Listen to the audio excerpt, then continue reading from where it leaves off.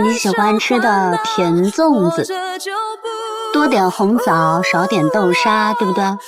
送给你老公。没你的我更好，无法完美的追究，祝福说的多煎熬，我们点头挥手。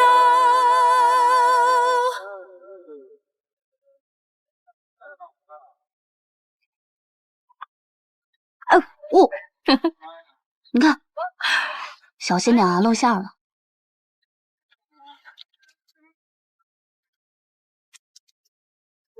堵住它就好。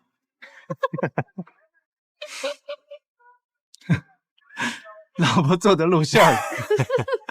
你看，老师做的。那堵住它。还不是漏？堵住它。太甜蜜了。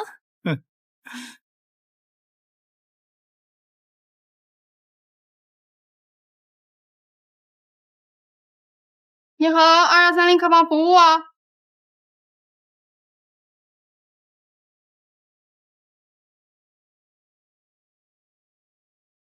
什么428是吧？啊，好，马上过来。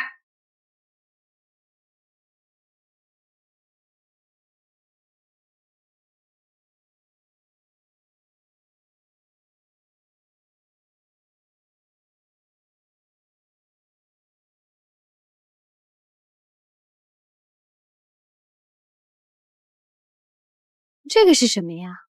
啊，这个是纯脂，在管状口红出现之前，它在古代是可以当胭脂使用的，放在小瓶小罐里面，手指蘸取，很方便，很可爱。有不一样的颜色，很可爱。你喜欢吗？好看。这又是什么呢？这个呢叫裸子带，这是在古代描眉用的，因为它做工复杂，所以比较昂贵。在我们国家西汉时期，京兆尹张敞为妻子画眉，故而视为这是男女夫妻之间恩爱亲密的表现，也是张敞画眉典故的由来。丈夫帮妻子画眉化妆，被视为是非常细腻的爱的表现。哎，老婆，我们给巴莱金先生还有夫人示范一下。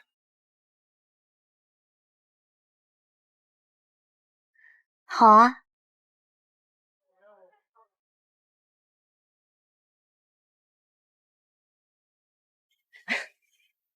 他害羞了。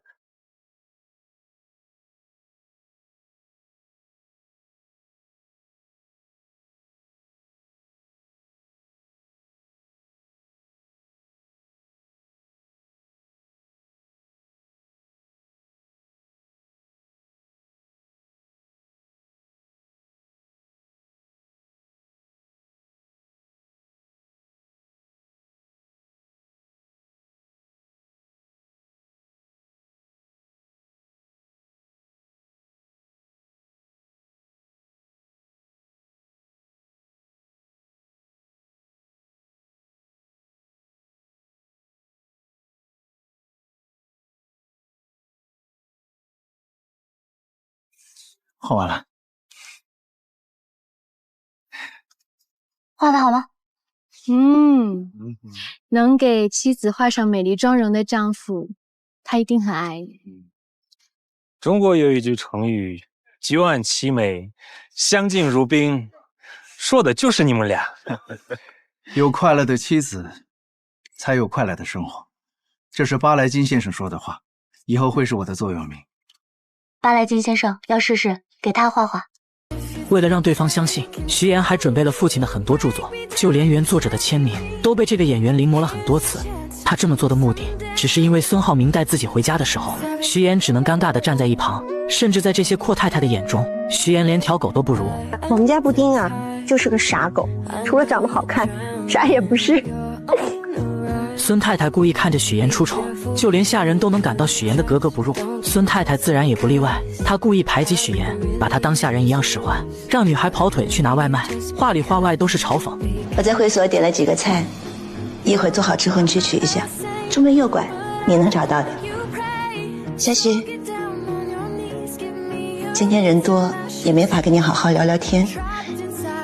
一会儿啊，把餐取回来之后就交给阿姨，你先回去吧。第二次再见男方家长，许妍提前做了准备，还约在特别高端的餐厅见面。谁知这次来的不止孙太太，还有很多别的女人。这些女人年轻漂亮，还各有家族背景，不是金融投行，就是国际律师，能在各个方向帮助孙浩明。从一开始他就一直在观察许妍，外表漂亮却老实乖巧，既不能融入阔太太的圈子，被人欺负了只会忍让。她的家境一定不好，他就是在逼走许妍，因为他的儿子只能听他的安排。像这样的女孩才适合浩明，马上和浩明分手，免得自讨难堪。只是他万万没有想到，他的咄咄逼人没有让许妍退缩，反倒把他逼到了另一个赛道。从这一刻起，许妍为了嫁入豪门，已经彻底黑化，不惜编造一场弥天大谎。 Syracuse University 是我父母在国外任职的学校，这也就有了刚开始许妍雇人假扮父母的事。而这不是他第一次说谎。许妍的出生并不被父母期待，她刚出生就患上了先天性心脏病，父亲不想要她，是外婆将她救下。但她渴望一个美好的家庭，便在作文里虚构了一个幸福美满的家庭。后来她还将自己的姓改成了和外婆的一样。18岁的我改了名字，从乔妍成为许妍，跟姥姥姓。我想做的只有一件事，让姥姥过上好日子。他们是你的亲生父母吗？感觉你跟父母之间不太熟。作为母亲，连自己的女儿不吃鸡蛋都不知道呢。虽然许妍对于父母的回答天衣无缝，但沈母一直都对她的身份抱有怀疑的心态。于是，在饭桌上，她一直都在观察许妍一家，试图在他们身上看出一些破绽。很快，她发现许妍的母亲不停地给许妍加鸡蛋吃，可许妍却纹丝不动，很明显是不能吃鸡蛋的。有的事情真的假不了，假的也真不了。我要听实话。这番话说的许妍差点招架不住，但她很快就有了对策。先是对沈母说对不起，说自己说谎了，表示自己从小是跟姥姥在一起生活，父母为了前程抛下她很早就出国工作了，所以自己基本没怎么见过他们。接着她对沈母打起感情牌，眼泪一下子就流了下来，说自己从来都没有感受过父爱和母爱。如果这次不是因为浩明，不是因为要结婚，我想我根本不会联系他们。其实许妍在这里也算是说了真话，她从小确实跟姥姥一起生活，父母将她生下就不管不顾，只将姐姐带在身边。但6岁的时候，姥姥为了让她能有学上，坚持让女儿把她带了回去。许妍本以为回到家里会得到父母的疼爱，可到了才发现，在这个家里她仿佛是个外人，父母只疼爱姐姐，他们还嫌弃自己是个累赘。本以为只要好好学习拿到好的成绩，就会得到父母的疼爱，可在上高中的时候，因为家里没有钱，父亲为了能让姐姐考大学，还特意到学校不让她再继续读下去。你凭什么不让我参加高考？我正在跟你的老师谈话。你凭什么不让我参加高考？凭我是你爸，凭我是一家之主。任凭许妍怎么哀求，父亲就是无动于衷，还一个劲地说家里穷，让许妍懂点事。可许妍却不明白，明明自己和姐姐都是他们的孩子，为什么姐姐就能考大学，能得到他们全部的宠爱？为什么你们从小到大对我这么偏心啊？为什么好的都要人给小李？我难道不是你们亲生的吗？我究竟是什么坏孩子？我究竟做错了什么吗？怎料父亲听完后，非但没有感到愧疚，反而觉得许妍不孝顺，恼羞成怒下直接打了他一巴掌。这一巴掌彻底将许妍的幻想破灭，他不再期待父母的爱。好在家里还有姥姥陪着他，他哭着跑回家，不停地拍着门呼喊着姥姥。姥姥，来了。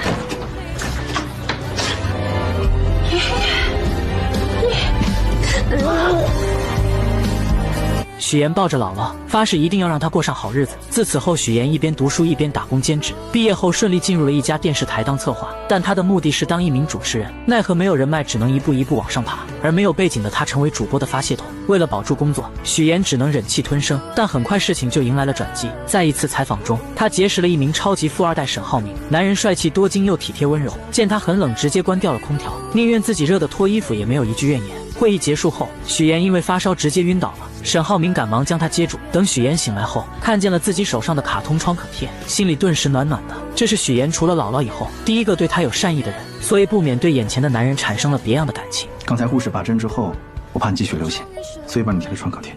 经历过这次后，两人接触久了就慢慢在一起了。沈浩明更是带着她回家见父母，可沈母却对他不满意，处处刁难他。而为了嫁入豪门，许妍不得不捏造身份，将自己打造成白富美。可身在豪门的沈母对许妍的身份很是怀疑。一顿饭后，他开门见山地询问许妍。许妍见状，为了圆谎开始卖惨，而他说的一切都是真的，只有眼前的父母和身份是假的。他的卖惨也成功打破了沈母的怀疑。父母也有父母的难处。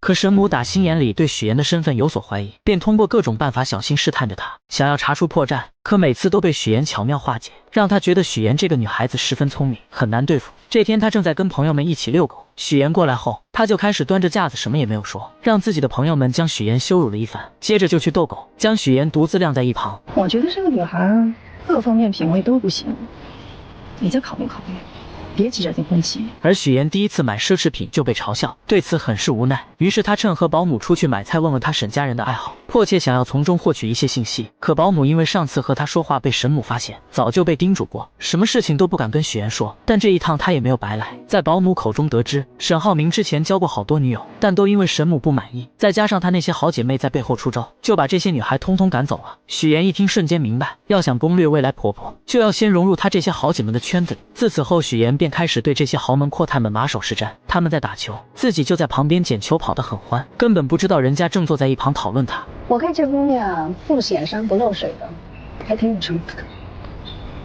虽然许妍没有融入到他们的圈子里，但她这趟也没有白来。她发现沈母一直都是大家吹捧着的对象，直到曲总的到来，她的闺蜜们看见曲总后瞬间一拥而上。虽然沈母表面上伪装得很好，丝毫没有变化，但她还是能感受到她很不开心。于是她立马想到了办法，为了能搭讪到曲总，她做了许多攻略，发现曲总对昆曲十分喜欢，尤其是水袖。她来到昆曲培训班，看到曲总很是卖力地跟着教练练习水袖，刚好她小时候也学过一些基础，便想着借这个机会报一个班，专门学习水袖。而她上来也直奔主题，只学习水袖这一种。可不可以直接教我水袖、水袖花，哪怕是不吃不睡，多长的时间能练好？最快也得1个月。自此后，许妍很是努力，在教室练习，在家里练习，工作的时候也在练习。功夫不负有心人，她的努力终于被曲总看见。曲总看到这个小姑娘练得很刻苦，而且零基础就很好，忍不住想邀请许妍来参加自己举办的昆曲大赛，还向她请教水袖花的技巧。随着两人相处逐渐熟络，许妍也偷听到她最想要的资源，那就是莱茵国际学校的入学名额。她灵机一动，找到沈母的闺蜜美玲姐帮忙，因为美玲姐有莱茵校董的人脉，而她的丈夫也需要曲总丈夫的投资，所以她建议美玲姐带着校董来参加自己的节目，她则跟曲总牵桥搭线。一切准备就绪后，许妍又找到曲总邀请她参加，告诉她这档节目不仅莱茵校董会去，自己还给她量身定制了昆曲环节，这让曲总很是心动。节目开始后，许妍更是利用节目环节帮助3个各需所需的人建立关系，而这档节目播出后效果也是极好，收视率一路飙升，许妍也拿到自己梦寐以求的主持人位子，而她更是将利益最大化，来到沈家给足沈母面子，给她的好闺蜜们名额上节目，并且将这些好的事情都推给沈母。沈母听完后很是受用，觉得许妍很是有格局，第一次让她坐到自己身边。会办事的人不少，有格局的不多。想要抓住每一次翻盘的机会，就永远不要把希望寄托在别人身上，不过就是拿你有的换你要的。许妍，我以前怎么不知道你这么有野心有手段？我能挖独家，能做全链条，有专业能力，我凭什么不争不抢？我从来不觉得有野心有手段是句坏话，就当你在夸我了。原来许妍通过策划的家宴节目，收视率一路飙升，不仅得到了梦寐以求的主持人位子，还不用看电台一姐的脸色。可对方却很不服气，认定许妍就是靠富2代男友才有的今天，甚至以前辈的身份提前来抢许妍的化妆时间。许妍不想为难化妆师，便让她先化妆，可孙思维却不依不饶，嘲讽许妍就录了一次节目，就以为能和自己平起平坐了。许妍听完后并没有生气，而是拿出自己的成绩，表示不仅仅是这个节目，还有其他节目邀请她，而且自己的节目播的时候平均收视率是4，孙思维的却是1，谁有实力这不是很明显？孙思维听完后瞬间破防，嘲讽许妍要不是绑上了个富2代男友，怎么可能会有这样的收视率？还造谣许妍的策划案是不是都是男朋友买的？但许妍丝毫没有生气，而是微笑着对了回去，气得孙思维直接摔了化妆刷。可他明明记得许妍刚来公司的时候，家里只有一个姥姥，什么时候有一对父母在国外，还成了高知家庭。小助理觉得许妍有没有可能是富家千金隐瞒身份，勤工俭学体验生活，毕竟她要嫁的还是建筑业的太子爷。身份肯定是经过调查的。但即使这样，孙思维还是对许妍的身世抱有怀疑。另一边，沈浩明来接许妍，许妍很是高兴，还让他帮自己选一下下一次节目的菜系。而沈浩明为了庆祝他成为主持人，特意挑选了一串珍珠项链给他戴上。但许妍却表示自己最想做的就是新闻主持。沈浩明听完后鼓励他，既然想要就努力去做。可许妍深知自己跟男友的出身不同，她根本不会体会到自己一路的艰辛。新闻主播竞争是很激烈的，更别说我这种从来没有播过新闻的人，难上加难的。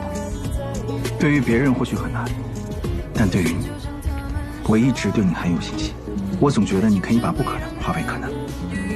两人现在看似幸福，但许妍内心却无比纠结。如果男友知道自己的身份后，还会不会像现在这样对自己？隔天，许妍来到沈家，无意间在电视上看到自己的亲生父亲，瞬间就起了生理反应。但为了不让沈家人看出异样，她只能强忍着内心的不适。这时，沈父询问她知不知山西的大云县，许妍直截了当的承认，并且说自己姥姥就是那里的人。现在大云县发展的非常不错了，变化挺大的。另一边，乔家父母在县城里开着一家理发店，在他们眼里，许妍在比乔琳优秀，依旧偏心乔琳。我记得小的那个去上班了，你说有什么用？平时连个电话也没有，就逢年过节啊发一条信息，还是我们家琳琳好，安安心心的待在父母身边，那才是我们的小棉袄。与此同时，乔琳在上班的时候被骚扰，她忍无可忍，直接回击了过去，没想到反被对方倒打一耙，被抓到了警察局。最后还是男友将她接了回去，可回去后非但没有得到安慰，反而被男友父母一个劲的指责，觉得这件事闹到警局很是丢人，认为他就是个惹事精配不上自己的儿子，根本不给乔琳说话的机会。而乔琳的男友也是个窝囊的，两人在商量婚事的时候，男友一切听父亲的，将婚礼的花费细节全部都报给他，就连收的礼金不跟自己商量，都要悉数交给父母，甚至面对母亲对乔琳的诋毁也一句话也不说。此刻的乔琳再也忍不了，终于说出了自己想要说的话。阿姨，你有什么话就直说吧，你别在这阴阳怪气的行吗？我阴阳怪气的？你说你一个女孩子家，成天横冲直撞的，怎么什么事都不过你大脑啊？今天的事情明明是乔琳受了委屈，可男友父母却一个劲的怪她，担心这件事会影响到男友的事业。夫妻俩的嘴根本就像机关枪一样，嘟嘟嘟的说个不停，让乔琳根本没有一个缓和的余地。乔琳看了看窝囊的男友，终于忍不住选择分手不结婚。可乔家父母得知后，嘴里边都是说男友是银行工作，要多好有多好，根本没有顾虑过他愿不愿意。于是乔琳决定离开这个家，去大城市找妹妹许妍。为了成功嫁入豪门，穷女孩将自己伪造成名媛千金。可就在她成功骗过未来公婆，即将和男友结婚的时候，乡下的亲姐姐却找了过来。妍妍，乔妍。乔琳很高兴能再次见到妹妹，可许妍压根不想见到她。她现在只想先把乔琳支走，因为男友马上就要过来接自己了。但乔琳拉着她就往外走，可越不希望什么就越来什么。两人刚走出去，就迎面撞上了沈浩明。妹妹好。这位是？我是表姐，她来找我。乔琳没想到妹妹竟然告诉男友自己是她的表姐，但她并没有当面拆穿。随后许妍将沈浩明支走后，带着乔琳来到酒店。乔琳再也忍不住质问许妍，为什么不跟男友说自己是她的亲姐姐？我和姥姥落在一个户口本上，我姓许，不姓乔，所以从一开始你就应该知道，我的亲人只有姥姥。乔琳听到妹妹说的那些话，心里不伤心是假的，但她是既得利者，根本不知道许妍这么多年来所受的苦难。在她眼里，许妍就是乔家的一份子，是她的亲妹妹。可自从乔家父母将所有宠爱都给了她后，许妍就不再对那个家抱有希望了。而乔琳也没有想到妹妹会对自己这么抵触，要是知道，她说什么也不会过来找她。现在没有外人在，许妍也懒得装，直接说明自己并不欢迎这个姐姐的到来。如果她只是待几天就走的话，自己能做到现在这样已经仁至义尽了。希望乔琳能够识趣自行离开，因为她没有义务照顾这个不是亲的姐姐。说完就走了，但临走前再次强调了自己现在姓许。我姓许，许妍。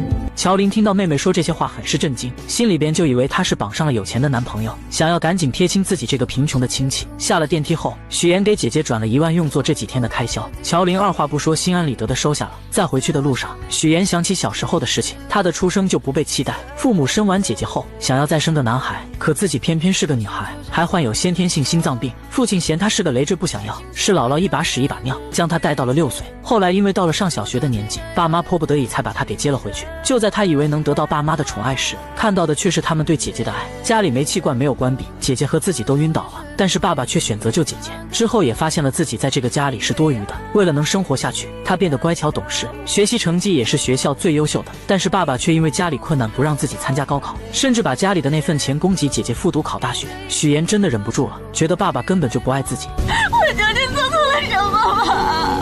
我不明白。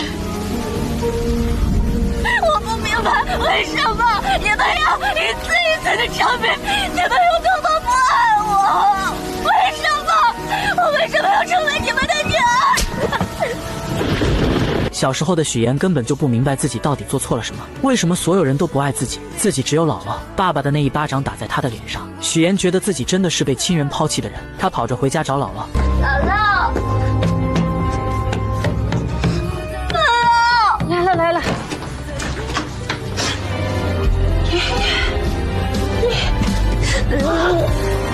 其实姥姥也知道自己这个孙女受了很多的苦，就这样奶孙两个人相依为命过了很多年，直到渐渐长大，许岩还是不想回到那个令人痛苦的家里面。突然一通电话将许岩的回忆拉回了现实，原来是沈浩明邀请他来看自己培养的花。许岩听着沈浩明说，面前的这朵花因为一生只开一朵，所以说需要前期不断的经历挫折和打磨才能够绽放出更美的花，这让他觉得沈浩明就像自己要拼命绽放的花一样，自己无论付出怎样的代价，只要能跟他永远的在一起，一切都是值得的。可现实真跟他想的一样吗？这个绝对是他生命的绝唱。那个表姐之前没有听你提过，我们的婚礼要不要邀请她？是远房亲戚，本来也不太熟，还是算了吧。让人万万没想到，许岩为了在即将到来的婚礼中隐藏自己的真实身份，竟狠下心将情同手足的姐姐乔琳说成是远房亲戚，还以各种理由认为婚礼不必邀请她前来。此时的远房亲戚正身处一间狭小且简陋的出租屋内，不仅将豪华的酒店给退了，还将许岩给的钱给退了。给个台阶还不下了，臭妹妹，臭许岩，当没你这个妹妹。然而就在乔琳独自在出租屋内时，手机突然收到一条信息，竟是她的前男友发来的。原来前男友这次是因为父母的事情，想要向乔琳道歉，并且请求她能够回到自己身边。可乔琳早已看清了这个渣男的真面目，面对他的请求，只冷冷地在手机上回复了一个滚字。可这渣男并不死心，为了请求乔琳的原谅，他竟来到了那间他们曾经熟悉的理发店。乔琳的父母满心欢喜，还满心期待着能和这位曾经的女婿一起喝酒聊聊天。然而渣男却带来了一个让他们震惊的消息，乔琳已经离开了，我们俩分手了。乔琳的父母得知女儿去了荆州，心里便隐隐觉得女儿此去必然会去找许岩，于是他们心急如焚地拨通了许岩的电话，可电话那头传来的却是挂断的忙音。为了找到大女儿，两位老人没有丝毫犹豫，按照2年前许岩留下的地址，毅然决然地踏上了前往荆州的路途。当他们风尘仆仆地来到那个小区时，许岩正好带着沈浩明一家人出现在了小区里。许岩一眼就看到了不远处的父母，那一刻他的眼神中闪过一丝慌乱。小妍，妍妍。而就在这时，真正的两家人就这样毫无预兆地见面了。许岩精心编织的所有谎言，在这一瞬间如同泡沫一般被无情地戳破。沈浩明一家人得知了事情的真相后，脸上满是愤怒与失望。他们认为许岩是为了骗婚才做出这一系列的事情，于是纷纷开始责怪许岩的所作所为，指责声如同潮水一般向许岩涌来，让他有些招架不住。就在许岩感到绝望的时候，于阿姨轻轻地将他唤醒。原来刚刚所发生的一切都不过是许岩自己想象出来的场景罢了。就在这时，沈浩明突然说道：“下午3点3叔的飞机就要到了。”众人无奈之下，只能暂时放弃做客，选择去接机。在送别沈浩明一家人后，许岩的爸妈也发现了他，随后他们也来到了这个充满故事的地方。于是真假父母在此刻戏剧性的相见了。假父母看到情况不妙，连忙解释自己是婚庆公司的人，然后便匆匆离开了此处。真父母看着即将结婚的许岩，内心开始慌张起来。他们不明白女儿为什么要隐瞒这么多事情，而此时的许岩却冷冷地说出自己不打算邀请父母前来参加自己的婚礼。这句话如同利刃一般刺痛了父母的心。愤怒的父母刚要发作，许岩却将姐姐的地址告诉了他们，然后便头也不回地离开了。许岩的父母按照地址来到了大女儿乔琳的出租屋内。在寸土寸金的荆州，乔琳只能合租一间小小的房间，生活过得十分拮据。这次她打算在荆州寻找一份属于自己的工作，开启新的生活。在与父母的交谈中，乔琳竟然得知了妹妹许岩竟然打算结婚的消息。为了弄清楚事情的经过，她来到了许岩的家门外。就在家门外，乔琳看到了许岩的假父母，随后从许岩那里得知了一切真相后，乔琳终于明白了妹妹最近做出这些荒唐事情的原因。你说你如果以后跟沈浩明结婚了，你打算怎么办？继续骗他一辈子。原来许岩一直渴望嫁入沈家，为了达到这个目的，他不惜编织一个又一个谎言，甚至伤害到了身边最亲近的人。然而许岩却觉得以后的事情可以以后再慢慢解决。在他看来，为了能够嫁入沈家，自己只能做出这些看似过分的事情。此时的许岩眼中闪烁着一种坚定的光芒，他终于说出了自己内心深处的想法。当他第一次看见沈浩明的时候，仿佛自己的世界才真正出现了光明。沈浩明是他见过唯一一个对他负责的人，在他心中，沈浩明就是那个能带他走出困境走向幸福的人。为了这份所谓的幸福，他愿意付出一切代价。这胆子也太大了吧？那万一沈家人知道怎么办？你怎么收场呀？你不说就不会有人知道。你还打算继续骗呀？你说你这么聪明，你干嘛干这么愚蠢的事儿呢？在他看来，谎言终究有被拆穿的那一天，到那时一切美好的幻想都可能化为泡影。可此时的许妍却陷入了自己的执念之中，她觉得自己的事业正处于上升期，而这份来之不易的爱情，更是她生命中的救赎，是她无论如何都要紧紧抓住的。在她心中，事业和爱情缺一不可，她坚信自己有能力将这两者都牢牢掌控在手中。告别姐姐后，许妍独自坐在家中，品尝着姥姥亲手做的桂花蜜。就在这时，手机铃声突然响起，是沈浩明打来的电话。原来沈浩明在查看婚礼名单时，发现自家那边来参加婚礼的家人数量众多，而许妍这边却只有他的爸妈和2位同事。许妍见状只好无奈地解释，称家中亲戚平时不常走动，彼此关系比较疏远，所以不想邀请他们前来参加婚礼。就在这时，沈浩明不经意间提到了姥姥，他眼中闪烁着温柔的光芒，诚恳地说自己想陪着许妍一同回去探望姥姥。许妍心中一紧，他深知如果沈浩明一同前往，自己的谎言将会彻底暴露，于是他急中生智，以公司业务正处于关键时期，需要他亲自处理为由，巧妙地拦住了沈浩明。挂断电话后，许妍陷入了沉思，她绞尽脑汁地思索着该如何继续圆这个谎言。就在这时，母亲的电话打了进来。母亲在电话那头鼓起勇气说，自己毕竟是许妍的父母，无论如何都想要参加女儿的婚礼。然而没等母亲把话说完，许妍便心急如焚地挂断了电话。为了防止再次出现类似的意外，她迅速将电话备注中原本的妈改成了母亲的真实姓名。经历了这场电话风波后，许妍决定搭乘大巴车回到那个熟悉的姥姥家。当大巴车缓缓停下，高叔开着那辆三蹦子前来接她。坐在三蹦子上，许妍才真切地感觉到自己回到了家乡，回到了那个充满温暖和回忆的地方。三蹦子一路颠簸前行，终于停在了姥姥家的小院前。许妍迫不及待地走进院子，一眼就看到了正在忙碌的姥姥。姥姥正站在凳子上，小心翼翼地摘着桂花。许妍心中一酸，赶忙快步上前，轻轻扶着姥姥从凳子上下来。随后她挽起袖子，帮助姥姥采桂花。这不是今年嘛，雨水多，天又冷，我怕呀，这些桂花要是再不摘完的话，过了花期了，以后甜甜的桂花酱就做不了了呀。然而快乐的时间总是过得飞快，夜幕降临，许妍和姥姥坐在院子中的石凳上，吃着新鲜的水果，月光洒在他们身上，为这个宁静的夜晚增添了几分温馨。许妍犹豫了许久，终于鼓起勇气向姥姥说起了自己谈的那个男朋友，还提到自己打算下个月就结婚。姥姥听到这个消息，脸上立刻露出了开心的笑容，可许妍的脸上却没有丝毫的喜悦，她的眼神中透露出一丝复杂的情绪。随后她缓缓地说起了爸妈来到了荆州，还表示自己和他们之间根本没有多少感情，所以不想让他们来参加婚礼。姥姥心里有数了，我打电话把他们叫回来，不会让他们再去荆州了。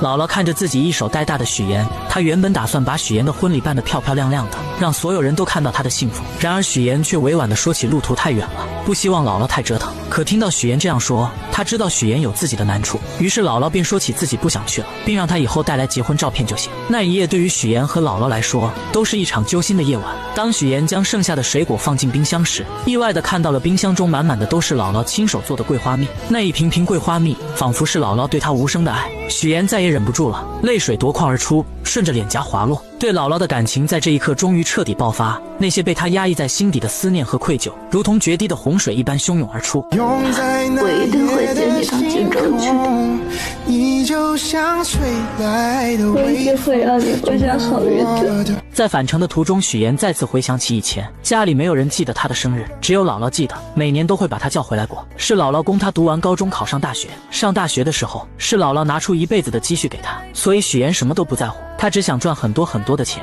让姥姥过上好日子。所以上大学后，她一个人打好几份工，给别人当家教，穿上厚厚的玩偶服宣传，在饭店干服务员，一直忙到深夜都舍不得打车，把赚到的钱除了留够生活费，全部都给姥姥打了回去。哎呦，妍妍，你怎么又给姥姥省钱了呢？姥姥一个人花不了这么多钱的，倒是你在外面读书，你肯定花钱的地方很多呀。吃饭你不许给我省啊，多喝牛奶，多吃鸡蛋，还有那个叫什么维生素，营养补充啊，对吧？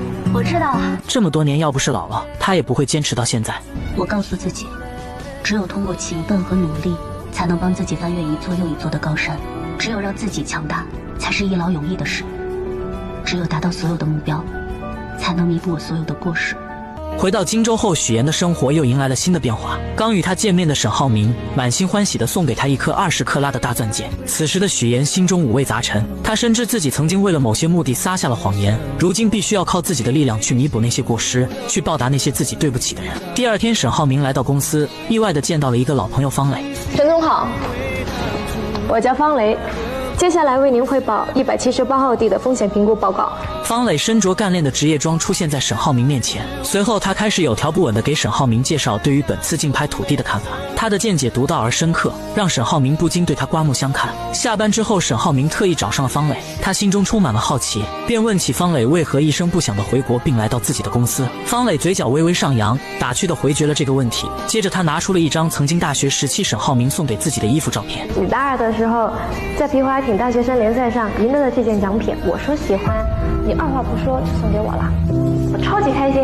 然而他们二人的举动却被一旁的许岩看得一清二楚。许岩发信息告诉沈浩明自己已经到楼下了。接到信息的沈浩明下意识地向方磊展示起手中的戒指，语气坚定地说自己准备结婚了，还表示有机会会介绍给他认识。说完他便匆匆告别了这位老同学。但很快许岩和方磊便迎来了再次见面的机会。许岩打听到方磊在学做菜，便也来到了厨房之中。他装作不经意的样子，说起二人似乎在金达集团见过。方磊微微一愣，随即露出了礼貌的微笑。你好，我是许岩。你好，我是方磊，我是沈浩明的未婚妻。此时的方磊也说起了他们家与沈家是世交，很久以前就已经认识了。许岩听后心中暗自警惕，他将方磊当成了潜在的对手，表面上却亲切地称方磊为妹妹。这看似友好的称呼，实则是在向方磊宣示着自己的主权。随后许岩看着方磊做好的沙拉，他便上前请求品尝一块。吃完后，他热情地邀请方磊去吃饭。在饭桌上，两人之间的火药味十足。方磊看着细心照顾自己的许岩，便说起在留学的时候沈浩明对自己的照顾。他还提到以后在公司可能还要麻烦沈浩明。那你把工作做好，就不会麻烦他了，对不对？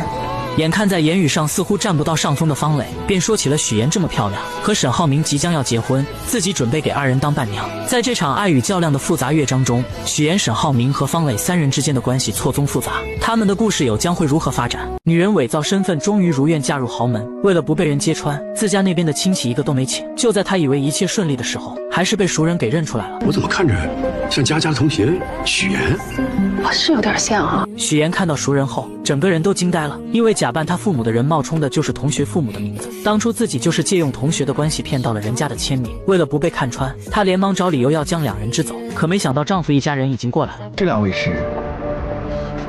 没办法的她只能硬着头皮解释，眼前的两位是大学同学父母，原本就想着打个招呼就行，怎料贾父亲却多嘴将人家邀请了进去。此刻许岩杀了他的心都有了，但他只能赶紧进去应付。吃饭敬酒的时候，许岩紧盯着另外一桌，看到他们过去敬酒的时候，立马就赶了过去。您在国外是从事建筑研究？哦，建筑行业啊，那您跟我的亲家是同行啊。他还专门写了一本书，那个书叫 Sustainable Building Design 我爸爸主攻的是可持续建筑课题。我研究的方向是建筑五大力学。咱们虽然是同行，但相差甚远。为了不露馅，许岩不停地圆场，同时悄悄拍了拍贾母亲的后背。女人立马心领神会，假装不小心碰到酒杯，将里面的酒泼到了对方的衣服上，最后以换衣服巧妙缓解了这一局。许岩走后，沈浩明带着一个女人来敬酒，对众人说是自己的妹妹。女人明显愣了一下，这个女人的出现让许岩也产生了一点危机，因为早在婚礼前，许岩就发现她回国后直接入职了金达集团，而且和沈浩明关系匪浅。到了新婚夜，女人再次给沈浩明发消息，约他到无边泳池见面。沈浩明本不想理会他，可女人却以死相邀。沈浩明无奈之下看了看许岩，然后出去了。来到泳池边，见女人没有事，便准备离开。你真的不怕我像我姐那样淹死吗？不要轻易说淹死这个词。今天是我的婚礼，你这样闹有意思吗？两人在这里谈话，殊不知一切都被许岩看在眼里。沈浩明，我爱你。我已经结婚了，请你自重。你是说那个女人吧？你别以为她是什么纯情小白兔，她一见面就跟我装亲热装姐妹，不就是想知道我们什么关系吗？许岩就这样默默看着女人对沈浩明表白，脸色很是平静。隔天，沈浩明和许岩准备去度蜜月，白莲花又出来恶心许岩，说以前沈浩明带着他去过好多地方，吃过好多餐厅。许岩丝毫不示弱，直接反击回去。你浩明哥还带你去过哪些地方？麻烦你都整理好发给我。喝了酒就别进泳池，容易被淹死。女人这才反应过来，昨晚她所做的事都在许岩的掌控中。许岩跟沈浩明结婚蜜月后，便带着他去乡下见了姥姥。姥姥看见后很是高兴，还亲自下厨做了好多菜。而沈浩明看见姥姥很欢迎自己的样子，心里很是温馨，但他更想要多了解许岩以前的生活。许岩在门外听见两人的对话，担心露馅，便拿着婚纱照来到厨房，以挂相片为由将沈浩明给叫走了。晚上许岩跟着姥姥一起睡觉，姥姥忍不住还是将乔父的肿瘤的事说了出来。虽然说这个人当爸爸十分的不称职，但还是希望许岩能去看一下。我知道你对他是什么看法，但你这次结婚不是也没请他去吗？他现在得了病，姥姥觉得你还是应该去看看他的。许岩听完后并没有给姥姥准备的答复，不停地找事情打岔。隔天一大早，姥姥特意邀请沈浩明一起去早市买菜，沈浩明二话没有说就同意了。一路上，姥姥不停地夸沈浩明，帮许岩说好话，而他说这些就是为了铺垫后面的那几句。如果他犯了什么错，你就多包容，行吗？行。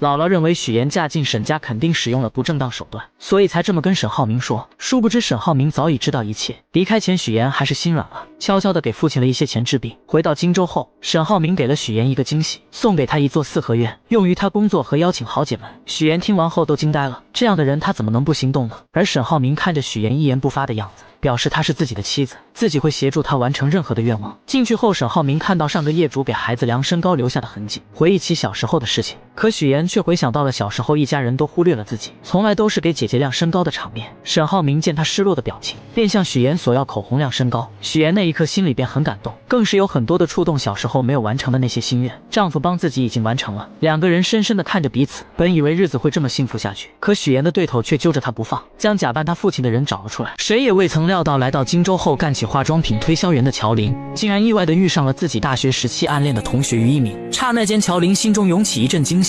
然而就在她刚要迈出步伐追上去的时候，舍友突然冒了出来将她拦住。我要试妍妍。哦，原来舍友是来试用化妆品的。乔琳心中虽有些无奈，但还是热情地接待起来。可谁能想到舍友这一试用，便耽搁了乔琳大量时间，而且最终一个化妆品也没买。乔琳无奈之下只好拿出规定，告知舍友一个人一周只能试用6次化妆品。没想到舍友不但不理解，反而声称之前没这个规定，还警告乔琳小心自己投诉他。说完便匆匆离开了，留下乔琳呆愣在原地。下班后，乔琳拖着疲惫的身躯回到出租屋，刚进门就意外听到了舍友在打电话。你们别舍不得花，早上吃几个鸡蛋都算来算去，能几个钱呀？好，知道你能赚，但是自己要照顾好自己啊。从电话内容中，乔琳得知舍友省下化妆品的钱是为了能让远在老家的父母过上好日子。这一刻，乔琳心中五味杂陈，被舍友的孝心深深打动。她没有丝毫犹豫，拿出一堆化妆品送给了舍友。这些都是你试过的试用装，我带了点新的回来给你，以后你就自己在家画吧，别去柜台麻烦我了啊。你老去柜台麻烦我，我就净得伺候你了，我怎么赚钱呀？舍友收到化妆品后，或许也觉得过意不去，便搬来一箱牛奶作为感谢。这份朴实的情谊让出租屋里的氛围多了几分温暖。可命运似乎并未打算就此放过乔琳。第二天在库房搬运物品时，意外突然降临，经理接了个电话的间隙，乔琳的手臂不慎被上方掉落的货物砸到，钻心的疼痛袭来，但乔琳咬着牙还想坚持继续工作。好心的经理见状赶忙劝说她去医院，于是在舍友的陪同下，二人匆匆赶往医院。来到医院后，乔琳独自走进门诊室，医生一番熟练的操作后，成功将乔琳的手臂复位，并给她戴上了手臂吊带。你还真是一点没变啊。就在这时，医生缓缓摘下了口罩，乔琳定睛一看，竟是当天在商场遇到的暗恋同学于一鸣。一时间，乔琳又惊又喜，心中泛起层层涟漪。于一鸣关切地询问起乔琳家人的情况，得知乔琳的家人都在老家，只有许岩还在荆州。原来于一鸣曾向许岩表白却被拒绝，此次见到乔琳，便想通过他再次见到许岩，于是提议让许岩来医院接乔琳。不久后，许岩匆匆赶到医院，看到受伤的乔琳，他急忙询问情况，得知并无大碍后，便与这位曾经的老同学于一鸣聊了起来。于一鸣看着眼前曾经的白月光许岩，心中满是感慨。二人开始深入了解彼此的现状。交谈间，于一鸣注意到许岩手上那枚耀眼的20克拉大钻戒。你结婚了？上个月。瞬间明白二人之间已再无可能，心中不禁涌起一丝失落。随后他默默返回了自己的科室。然而此时的乔琳却已被于一鸣深深吸引，目光始终追随着他的背影。随后许岩带着乔琳回到那间狭小且简陋的出租屋，看着屋内仅有一个卫生间，家具也不齐全的环境，并且他看出乔琳铁了心要留在荆州打拼，便决定帮他改善居住条件，同时也为了减少自己日后的麻烦。当天晚上，搬家人员便上门准备将乔琳的东西搬到对面的房子里。乔琳本想拒绝，他觉得这样太麻烦许岩了。许岩见状便提起小时候乔林对自己的帮助，这份情谊许岩从未忘记。就在乔林依旧有些犹豫时，许岩说出了一个让他无法抗拒的理由。我忘记告诉你，新家公寓邻居是于一鸣。不用搬了，几位大哥。搬得搬。那个，对不起啊，刚刚那个我帮你们搭包去。当听到新家的邻居是于一鸣，乔林的态度立马360度大反转，立马就搬家。许岩对这个姐姐很了解，他也知道姐姐一直都暗恋于一鸣，所以他就是故意这么做的。乔林搬过去的第一天大早就收到了于一鸣的早餐，这让他万分惊喜。乔林，你手不方便，给你买个早餐。许岩一心盼着姐姐乔林能过上好日子，他不仅精心安排让于一鸣成了乔林的邻居，还特意拜托于一鸣在生活上多多照顾姐姐。对，一会儿我把食堂菜单发给你，中午想吃什么你就告诉我。走了，拜拜。此刻的乔林拿着手机专注地翻看着菜单，脑海里满是对未来生活的美好憧憬，却不知一场风波正悄然酝酿。另一边，许岩的前男友林涛正在家中遭受父母的严厉训斥。原来林涛父母得知乔林的父母购置了一处门市房，便不假思索地认定那是用了他们给儿子的彩礼钱。老两口气愤不已，责令儿子立刻去把彩礼钱追回来。林涛无奈之下只得发消息给乔林，却惊愕地发现自己的微信和电话都被拉黑了。走投无路的他只好前往荆州，去找已成为家宴主持人的许岩。当林涛赶到许岩之处，却被安保人员以没有证件为由拦了下来。他心急如焚，却又无可奈何，只能眼巴巴地望着里面，心中满是焦急与愤怒。而此时的许岩正和于一鸣在公司外面的餐厅见面。然而二人见面，一方面是为了感谢于一鸣对乔林的照顾，另一方面于一鸣也希望能劝说许岩和乔林缓解关系，让他们成为真正的姐妹。然而许岩心中有着自己难以言说的过往，那些经历如同伤疤，不愿轻易被人揭开。他打断了于一鸣的话，表示保持现状就足够了。就在这时，林涛竟意外找了上来。他看到许岩和于一鸣在一起，顿时怒火中烧，认定是许岩在背后捣鬼，才导致自己和乔林分手。许岩见状，急忙起身准备出去和林涛好好解释，可林涛情绪激动，一把将他推倒在地。恰在此时，许岩突然瞥见之前刁难自己的同事出现在餐厅外面，他深知自己目前的身份不宜暴露，情急之下便对林涛说可以带他去见乔林。林涛信以为真，二人匆匆离开了餐厅。等那位同事来到餐厅时，于一鸣并未提及刚才发生的事情，表示刚刚二人只是撞在一起，没什么事情。随后许岩带着林涛来到一个相对安静的地方，将事情的来龙去脉一五一十地说给林涛听。可林涛却固执地认为分手是别人的错，始终不肯面对现实。许岩见状，严肃地告诉他，二人已经分手，没有任何关系了，不允许他再去干涉乔林的生活。为了彻底解决此事，许岩还提出自己可以把彩礼钱全还给他。然而林涛却依旧不依不饶，眼看没办法从许岩这里得到满意的结果，竟准备去许岩的公司耍无赖。这准是彩礼的事吗？我要的是人。我不知道。不说是吧？那我就天天来，我上你们单位去要人，上你婆家去要人。你不是嫁得挺好吗？我让他们了解一下，你到底在外边干了些什么见不得人的事儿。许岩看着眼前这个如此不讲道理的人，心中满是厌恶，压根不想再与他纠缠。随便你。直接转身离开了。第二天，许岩来到乔林家中，把昨天发生的事情一五一十地告诉了姐姐。为了平息这场矛盾，也为了防止自己身份暴露引发更多麻烦，许岩决定还给他们家彩礼钱。乔林觉得这家人是真的很奇葩，既然他想见自己说清楚，那就见面打死他。许岩见姐姐只知道使用武力，劝说他不要这样做。既然跟林涛分手了，那就跟过去一刀两断。昨晚他跟林涛聊过了，他在乎的是乔林对自己的感情是否忠诚，但他的父母在乎的无非就是钱，只要把钱给出去了，就算林涛想来荆州闹，他父母也不会同意的。谁知乔林听完这些后依旧要自己解决，可许岩等不了，等到你筹好钱的时候，他就会把这件事情闹得人尽皆知了。到那个时候，我的单位、沈家所有人都会知道。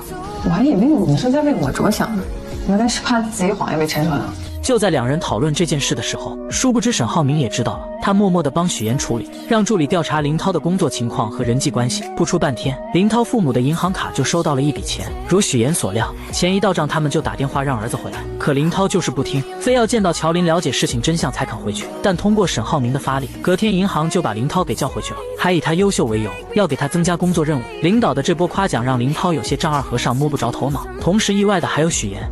以林涛的性格，我原以为他会不依不饶，没想到这个人突然就消失了。不久后，许岩无意间发现沈浩明为了向父亲证明自己的实力，正在急于促成一项合作，可合作方十分瞧不起他这个太子爷。别吞吞吐吐，说。黄总说你是太子爷。令人始料未及的是，沈浩明志在必得的18号地项目竟横生波折。对方公司黄总听闻沈浩明是太子爷，并不想与他过快的签订合同。沈浩明面对这突如其来的状况，虽心中恼怒，却也无可奈何。无奈之下，他只能暂时按照原计划继续推进相关工作。回到家中，妈妈看着沈浩明疲惫又烦闷的神情，心疼不已，便劝说他刚进公司，很多事情处理起来难免棘手，有些难题还是先让你爸爸去解决为好。毕竟面对新人，合作时难免会有所顾虑。沈浩明听着妈妈的话，心中五味杂陈。他知道妈妈是为他好，但自己内心的那股倔强和想要证明自己的决心，让他一时难以接受这样的安排。就在这个时候，许岩敏锐地察觉到了沈浩明此刻的烦闷与苦恼，他看在眼里，疼在心里，决定要为沈浩明做些什么。到了晚上，许岩轻轻拉着沈浩明的手，二人一同来到了泳池旁边的台阶旁。许岩从女佣那里打听到，台阶上有一处沈浩明小时候做的石雕。原来小时候这处台阶缺失了一角，父亲本想着找人修补，却被年幼的沈浩明拦了下来。沈浩明凭借着自己稚嫩却充满创意的想法，亲手制作出了这个石雕。此刻在柔和的月光下，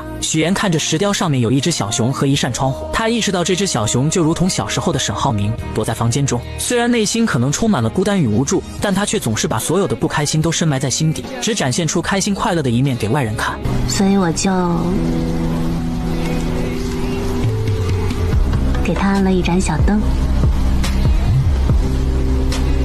希望可以驱赶走那些不开心的阴霾，不再这么孤单。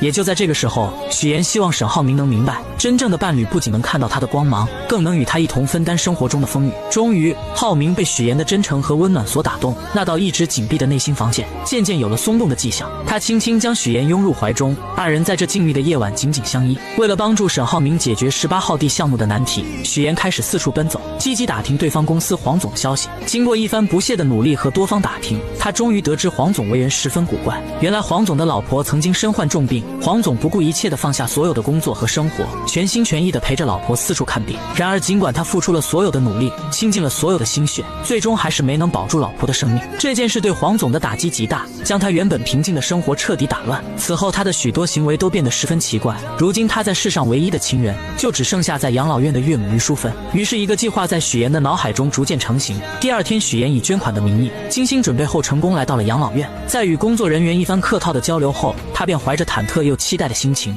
准备前去见于淑芬。当他终于见到于淑芬时，却发现老人已经患上了阿尔茨海默症，且处于中晚期，状态十分不好。老人的眼神迷茫而空洞，不仅拿着扫把到处击打，嘴里还念念有词，又用手里的泥巴捏成素丸子。也就在这个时候，许岩想起了姥姥做的素丸子，那熟悉的味道和温暖的场景，如同电影般在他的脑海中不断回放。晚上回到家，许岩便和姥姥开始打视频电话，让姥姥指导自己做丸子。第二天，许岩再次去拜访于淑芬，他先是从包里拿出精心准备的美味桂花蛋糕，随后许岩想起之前了解到的信息，说起他和自己的姥姥都是支援边疆建设的第一批援疆人，他们有着相似的经历和回忆。果然，这一番话语让于淑芬暂时稳定了下来。然而就在许岩准备喂他吃蛋糕的时候，老人突然又一次失去了记忆，他眼神变得迷茫而警惕，认为许岩是小偷，不仅将蛋糕弄在许岩的身上，还紧张地拿出自己的泥巴丸子开始查看。眼看自己的泥巴丸子没缺少后，许岩便拿出自己亲手制作的素丸子。当于淑芬看到这熟悉的素丸子时，眼神中闪过一丝惊喜和熟悉，她的病情似乎在这一刻缓解了很多。在许岩温柔的安慰下，于淑芬开始吃起了蛋糕。许岩知道自己的这个计划或许能为解决18号地项目的难题带来一丝转机。许岩始终怀着满满的耐心与爱心，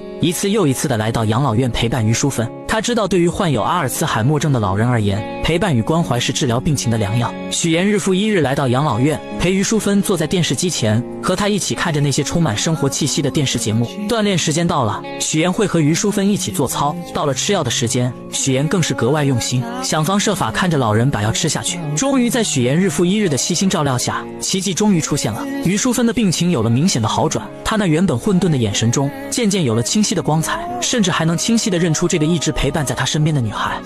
您刚才叫我什么？这就许岩。您记得我名字了？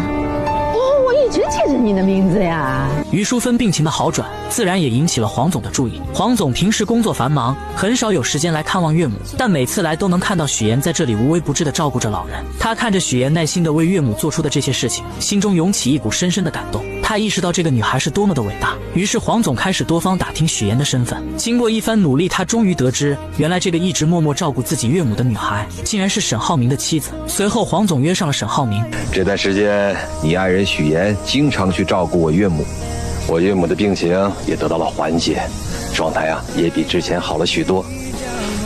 难道你不知道？他没有跟我说过。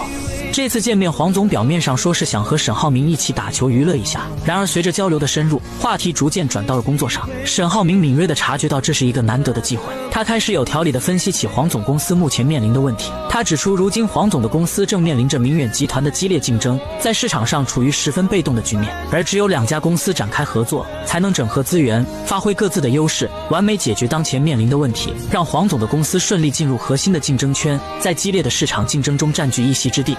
打完球一起吃个饭，到时候详聊。然而就在沈浩明和黄总为了合作事宜积极沟通的时候，一场意想不到的风波正悄然袭来。和许妍处处作对的孙思维对许妍充满了嫉妒和敌意。这天他从同事这里突然看到一则新闻，新闻上报道了一名女子利用假身份请演员先后和3个男人举办婚礼，从中骗取了巨额彩礼。这则新闻瞬间吸引了孙思维的注意力。就在他仔细看新闻图片的时候，突然觉得图片上的演员有些眼熟，他的脑海中立刻浮现出之前不久许妍结婚的场景。当时许妍在整个公司只邀请了主任和一位闺蜜参加婚礼，这让孙思维一直心存疑虑。此刻这个念头如同野草一般在他心中疯长起来。于是孙思维来到主任的办公室，他手里拿着一盒茶叶，脸上堆满了虚伪的笑容，说是来给主任送茶叶的，实际上想要得到主任手机中的照片。他装作不经意地和主任聊起天，然后表示自己想要看看许妍婚礼的布置，说是想为自己以后结婚做打算。主任没有多想，便把手机递给了他。孙思维接过手机，装作认真查看的样子，实际上却在悄悄地将照片传到自己手机上。得到照片后，他迫不及待地开始对比刚刚看到的新闻。果然，他发现照片上的2个人竟然出奇的相像。此刻许妍的父亲是演员的事情暴露无遗，孙思维觉得这是一个绝佳的机会，他立刻找到了自己多年来一直联系的狗仔，在狗仔的指引下，成功找到了许妍的假父亲。孙思维和狗仔气势汹汹地来到假父亲面前，准备拉着他上车，想从他口中套出更多关于许妍的秘密。然而这位假父亲显然不愿意配合，他皱着眉头，一脸不悦地表明自己根本不认识许妍，还强调自己压根都不姓许。他试图挣脱孙思维和狗仔的拉扯。你别着急，我现在不需要你承认什么。我们既然能找到你呢，肯定就不是毫无根据的喽。合作一下吧。他带着小助理找到假扮许妍父亲的高亮杰，威胁他配合自己，想着在台里推举财经主播的时候给许妍致命一击。一切准备就绪后，他来到许妍面前说了许多奇奇怪怪的话。你放心，我的这个样片绝对真实，而且足够震撼。他的话许妍并没有在意，而是时刻准备自己竞争财经主持人。他的表现极为出色，评委们很是满意。隔天孙思维特意邀请许妍做自己节目的嘉宾，许妍不知道他的葫芦里到底卖的什么药，并没有答应。可就在这时，主任出来助攻孙思维，无奈之下许妍只好答应。节目开始后，孙思维先是向大家讲述了最近骗取高价彩礼的那个新闻，接着又请来了高亮杰。许妍看见他的那一刻很是惊讶，孙思维看见后觉得自己稳赢。他打开许妍婚礼的照片做对比，还不停地质问2人之间的关系。请问你们是什么关系？照片上的这个人是不是你本人？你是不是许妍的假冒父亲？请你正面回答。许妍见状站起来，把事情的焦点转移到2人的竞争之上。所有人都明白孙思维的能力不行，是他羡慕嫉妒自己，所以才请人来陷害他。可孙思维看着许妍慌张表情，料定自己挖到的就是王牌。照片上的这个人是不是你？你到底有没有假扮许妍的父亲？看着孙思维在那里犀利的说话，在座的同事们也有一点震惊，此刻都在下面小声的议论。一时之间，许妍的身份就这样被大家怀疑，她也顿时被推到了风口浪尖上。而孙思维看到许妍有点慌张的样子，觉得自己这个王牌简直是太炸裂了，看到对方反应不过来的那种表情，更是到达了制高点的高兴。可他万万没想到事情会迎来反转，高亮杰临时变卦，不是，那人不是我。高先生，您这儿有块胎记对吧？啊，对，我这儿有胎记，你看这儿。大家拿出照片仔细对比，发现婚礼上的男人脖子上根本没有胎记。原来许妍在孙思维威胁自己后，便猜到他可能查到了一些东西，于是他约见了高亮杰，商量做了这场局。而且早在之前，许妍就让男人遮盖胎记，也算是他的一张保命符。此刻的孙思维彻底懵了，他认定2人就是串通好了。串通好了是吧？在这给我做局呢！我劝你冷静一点。这场闹剧就这样结束了。因为节目失误，孙思维就这样被主任停职，还失去了竞选财经主持人的机会。事后许岩找到孙思维，让他不要再想着对付自己。孙思维很是气愤，责骂许岩就是个无所不用其极的骗子，连给自己提鞋都不配。而许岩并没有反驳回去，他余光中瞥见沈浩明来了，于是他故意靠近孙思维，激怒了这个蠢货。如许岩所料，女人被激怒后狠狠扇了他一巴掌。沈浩明看见后，立马冲过来关心许岩，而许岩则换上一副被欺负楚楚可怜的模样。你演什么呢？你是孙思维？我是。通知法务部，放下所有手头工作。我爱人遭遇职场霸凌，让他们马上出方案，追究他的责任。他叫孙思维。孙思维终究为自己的蠢付出了代价，而许岩则顺利成为了财经新闻的主持人。欢迎收看财经新闻，我是主持人许岩。穷女孩捏造千金身份嫁入豪门后，用自己的实力不仅帮丈夫拉到了合作，还让婆婆对她百依百顺，甚至家里的保姆都对她的印象改变。我觉得你现在跟以前不太一样了。哪里不一样？你现在啊，更像这个家的女主人。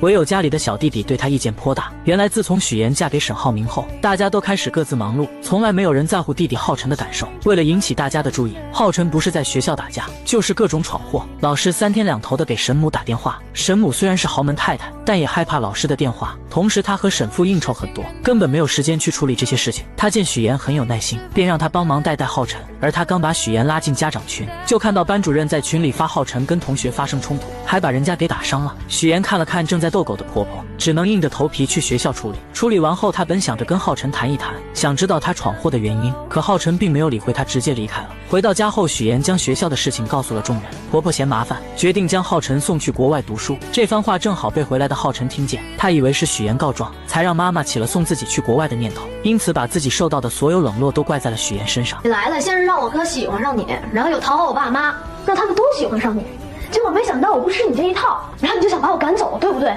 对。我告诉你，我是绝对不会出国的。这番话让许岩明白，小孩之前所做的那些事情，只不过想让家人的关注罢了，知道原因就会得到解决的办法。许岩表示，只要他保证不再发生今天这样的事情，自己有办法不让他出国。这又是什么招？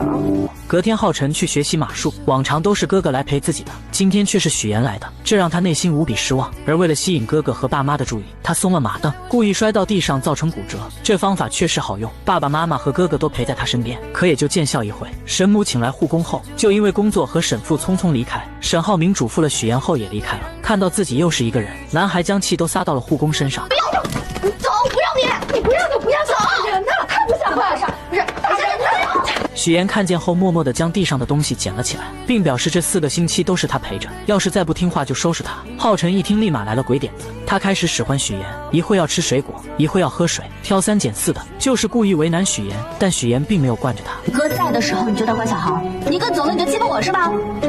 我是伤员，我是小孩，你欺负我，看我哥怎么收拾你。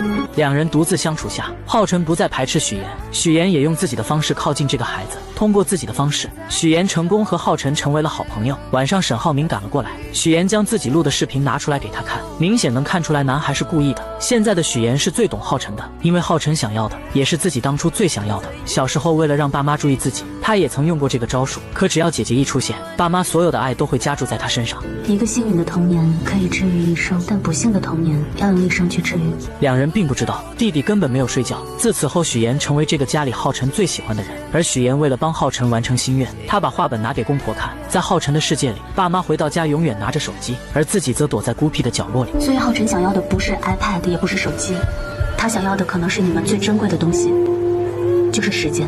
知道这件事后，沈父沈母也意识到他们的错误，于是他们都抽出时间陪伴浩辰，而就只是陪着看看电视。浩辰都是无比开心。沈浩明将这一切都看在眼里，为此特意送了许岩一辆红色的跑车。那么沈浩明到底有什么秘密瞒着许岩？他知道许岩的身世，又为什么要和许岩结婚？而许岩每帮他一次，都会拿出一样东西当做奖励。但不管沈浩明到底爱不爱许岩，这个家已经离不开许岩了。不管是沈浩明还是弟弟，就连婆婆也是一样。可回来了。怎么了妈？下个月初就是晨晨的生日，你看咱们怎么给他办好？他喜欢你，你想个主题，他肯定喜欢。我想想，事情交给你，妈最放心。自从许岩当上财经新闻的主持人后，全家人都围在电视剧前看他。婆婆为此还特意挑选了一套珠宝送给他。此刻的许岩第一次感受到了久违的幸福。可就在他以为这种幸福会一直持续下去的时候，突然出现了一个不速之客。楼下大厅有一个姓周的先生找你。你还记得吗？我们俩第一次见面也是在咖啡店。谁也没料到，这位周先生与许岩竟有过一段意外交集。当年的许岩和周先生都在咖啡店内，各自与工作中介交谈着。许岩正为简历上父母职业一栏而苦恼，然而就在他愁眉不展时，面试官竟提出一个荒唐要求，让许岩在资料上作假，写成有国外经商经历。许岩一时陷入两难，内心纠结万分。就在这关键时刻，周同学挺身而出，及时阻止了许岩的作假行为。他认真地对许岩说，这种作假一旦被揭露，之前积累的所有信誉都会毁于一旦，未来的路将会布满荆棘。许岩听后陷入沉思，经过再三权衡，他最终决定以诚相待，如实填写资料。中介见无法忽悠许岩，便以各种理由拒绝为他介绍工作，随后气冲冲地离开了咖啡店。你这样，你这单我就做不了了，好不好？佣金有糊也不拿了。哎，什么情况？许岩失落地走在路上，手机铃声突然响起，又是一个公司拒绝他的电话。接二连三的打击让他的心情坠入谷底。就在他最无助的时候，周同学出现了。他手中拿着2朵用简历做成的向日葵，递到许岩面前，温柔地鼓励他不要放弃，要坚持下去。那2朵向日葵在夕阳的余晖下，仿佛散发着希望的光芒。然而命运似乎并未打算轻易放过他们。就在这时，周同学也接到了一个电话，电话那头传来他被公司拒绝的消息。不好意思啊，现在我也需要1朵。投资人手续不来了。那一刻，黄昏的光线洒在他们身上，两人竟成了同病相怜的苦命人。在交谈中，他们才知晓彼此的身份。回忆至此，许岩回过神来，看向面前的周泽远，好奇地询问他找到自己的原因。周泽远微微一笑，带着许岩来到自己的公司。一进公司便感受到一种蓬勃向上的气息。周泽远开始兴致勃勃地介绍公司的情况。公司近期完成了一系列融资，还在全世界各地开设了分部，甚至与各大知名机构达成了深度合作。此刻的他意气风发，浑身散发着功成名就企业家的自信光芒。二人来到办公室后，周泽远道出此次邀请许岩前来的真实目的。他希望通过许岩结识沈浩明，从而达成更多合作。许岩表面上不动声色，欣然同意，但心里却打起了小算盘。他提出想看看公司最近几年的财务报表，想对公司的实际情况有更深入的了解。就在这时，一位朋友匆匆赶来，说有重要的协议要与周泽远签订。周泽远抱歉地看了许岩一眼，便和朋友离开了办公室。许岩坐在办公室里等待的过程中，起身去了一趟厕所，没想到在厕所里，他竟听到了一个令人震惊的消息。我现在接的活特别轻松，网站一做，啥也不干，1天500呢，比你在剧组轻松多了。哎，要不你也过来吧？这探寻一番，他来到公司的设备区，工作人员手忙脚乱地操作着，却怎么也启动不了相关设备。他又看到有人打电话，走近一看，才发现电话线根本就没接上。再来到文件区，一旁的文件夹空空如也，没有一份有价值的文件。此时的许岩心中已然确定，